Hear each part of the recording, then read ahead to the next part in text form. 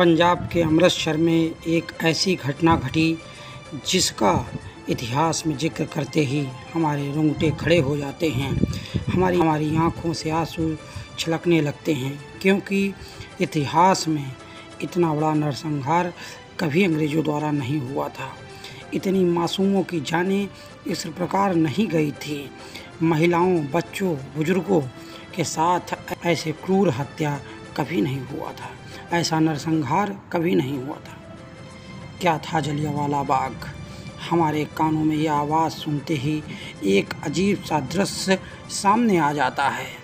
लेकिन दोस्त, ये आज़ादी आसानी से हमें नहीं मिली है। आज की पीढ़ी को ये समझना होगा और ये ध्यान में रखना होगा कि जलियांवाला बाग हत्याकांड, ये घटना जो हुई थी, उसमें ऐसे लोगों की जान गई थी जो निरपराध थे, जिनकी कोई गलती नहीं थी, जो तो एक त्योहार का आनंद ले रहे थे और उस सभा में उपस्थित थे। पंजाब के अमृतसर में स्वर्ण मंदिर के पास एक स्थान जलियांवाला बाग है। दोस्तों, उस समय 10 अप्रैल 1919 की बात है। रॉलेट एक्ट के विरोध में सभाएं हो रही थी। गांधी जी भी इसका विरोध कर रहे थे और गांधी जी के विरोध करने के साथ ही पूरे हिंदुस्तान में इसका विरोध जमकर होने लगा है। रॉलेट एक्ट था क्या दोस्तों? एक ऐसा काला कानून था जिसमें किसी बिना कारण के, बिना किसी जांच के, बिना किसी मुकदमे के किसी को भी गिरफ्तार किया जा सकता है और उसको सज़ा दी जा सकती है। ऐसा कानून अगर पास हो जाता दोस्तों, तो उसमें निरपराध जितने भी ये हमारे देश सेवक थे, जो क्रांतिकारी थे या आम जनमानस था, अंग्रेज़ जब चाहती तब उनको उठा के अंदर कर देती। लेकिन इसी रॉलेट एक्ट के विरोध में दोस्तों 13 अप्रैल 1919 को जलियांवाले बाग स्थान पे एक सभा लगनी थी। उस दिन बैसाखी का दिन था। सब लोग बैसाखी का आनंद उठा रहे थे। खासकर पंजाब में इस त्यौहार को बड़े धूमधाम से मनाया जाता है।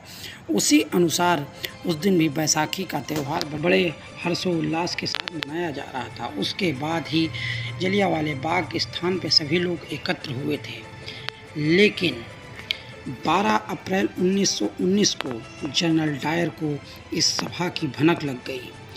12 अप्रैल को ही उसने अतिरिक्त पुलिस की टुकड़ियां बुलवा ली थी, अतिरिक्त सैनिक बल इकट्ठा कर लिए थे और 13 अप्रैल 1919 को जलियांवाले बाग में जहां ये सभा हो रही थी, वहां चुपचाप सारी टुकड़ियों के साथ जनरल डायर पहुंच गया।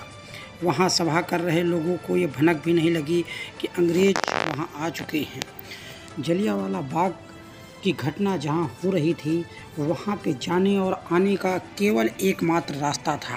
अंग्रेज़ों ने उस रास्ते में तोपें खड़ी कर दी थी, जिससे किसी भी व्यक्ति का वहाँ से निकलना संभव ही नहीं था।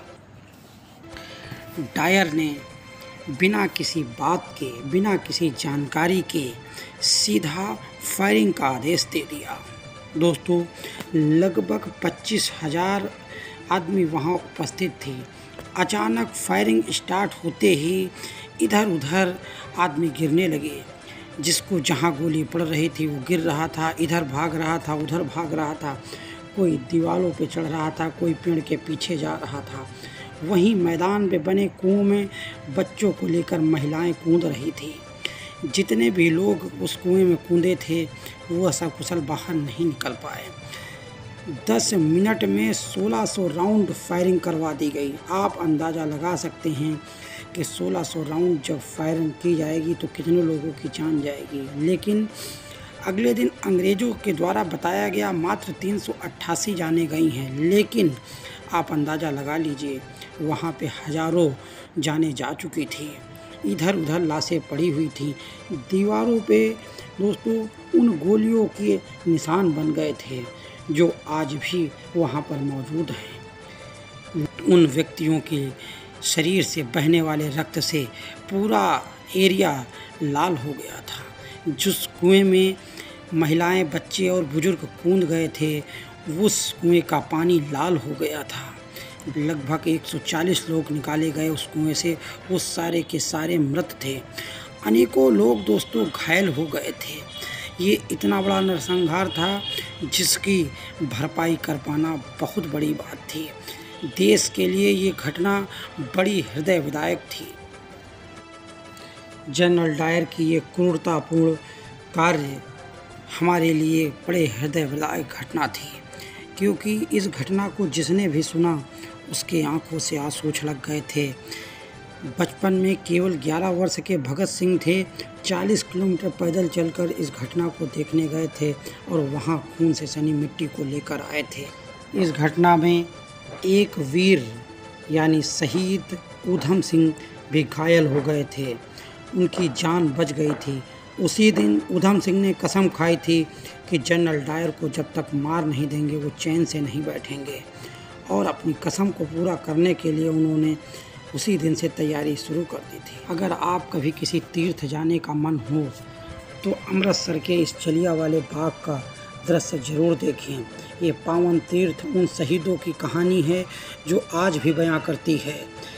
अगली कहानी के अगले पार्ट में हम ऊधम सिंह की कहानी आप लोगों को ज़रूर सुनाएंगे। दोस्तों, अगर आपको ये कहानी अच्छी लगी हो, दीवारों पे बने हुए उन गोलियों के निशान, मिट्टी पे आज भी उस खून को खुशबू आती हुई, दोस्तों उस कुआं के दृश्य को देखकर आज भी आंखों से आंसू छलक आते हैं और एक दृश्य अपने आप बन जाता है। तो अधिक से अधिक शेयर करिए दोस्तों, हमारे चैनल को सब्सक्राइब करिए।